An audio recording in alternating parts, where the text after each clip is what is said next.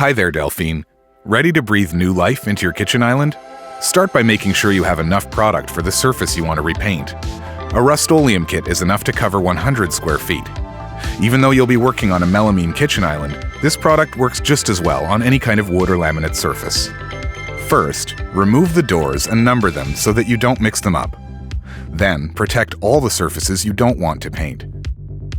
Cover your countertop with masking film and put painter's tape on the interior contour of the cabinet. Press the tape well so that it really sticks to the corners. This will prevent the product from seeping in. Don't forget the floor, Delphine. Always make sure that the room is clean and well ventilated so you can work efficiently. Step 1. Apply deglosser. Let's start with the doors. Later on, you'll have to repeat the same steps for the island's casing. Remove everything, screws, hinges, pads, and clean each side with mild soap. The deglosser helps prepare the surface to ensure maximum adhesion to other products. This will take some time. And don't forget your goggles and gloves. They're important. Pour the deglosser directly on the door and use the scouring pad provided in the kit. Scrub firmly everywhere, especially the corners and grooves. And don't forget the sides. Wipe the surface right away using a damp cloth, then again with a dry cloth. Take a close look at all the surfaces to make sure you applied the deglosser everywhere. Seal all the holes with filler and let everything dry for 1 hour. Did you let it dry long enough, Delphine? You need to wait at least an hour, otherwise the bonding coat won't hold. Step 2.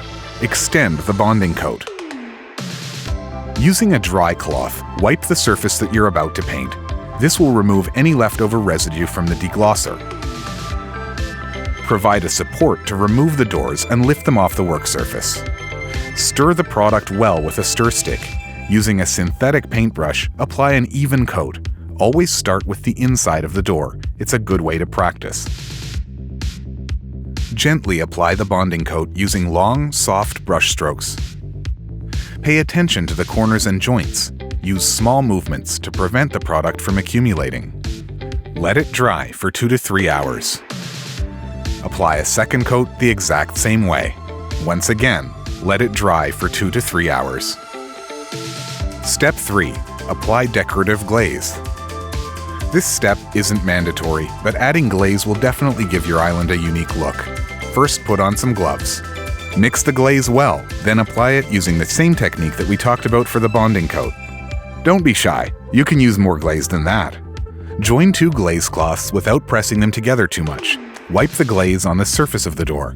The more pressure you apply, the more glaze you'll remove. It all depends on the style you want, Delphine. But watch out, the glaze will only be workable for 5 minutes. For inspiration, you can always go to the Rust-oleum YouTube channel and check out the different kinds of application possibilities.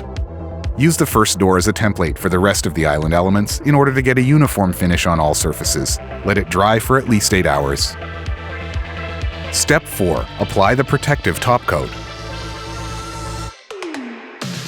Before we proceed with this step, I want to see those gloves and protective goggles. Excellent! This product is specially formulated to provide better protection against dirt and scratches. Spread the product evenly, just like you did for the bonding coat, making sure to avoid accumulation in the grooves or corners.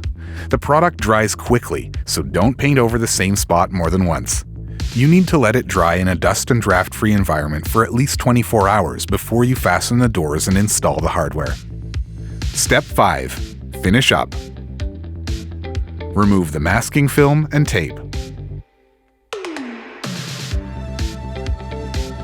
Put back the doors and all the hardware. Then complete your island's makeover with some new handles. Looks great. Well done, Delphine. You're quite the expert.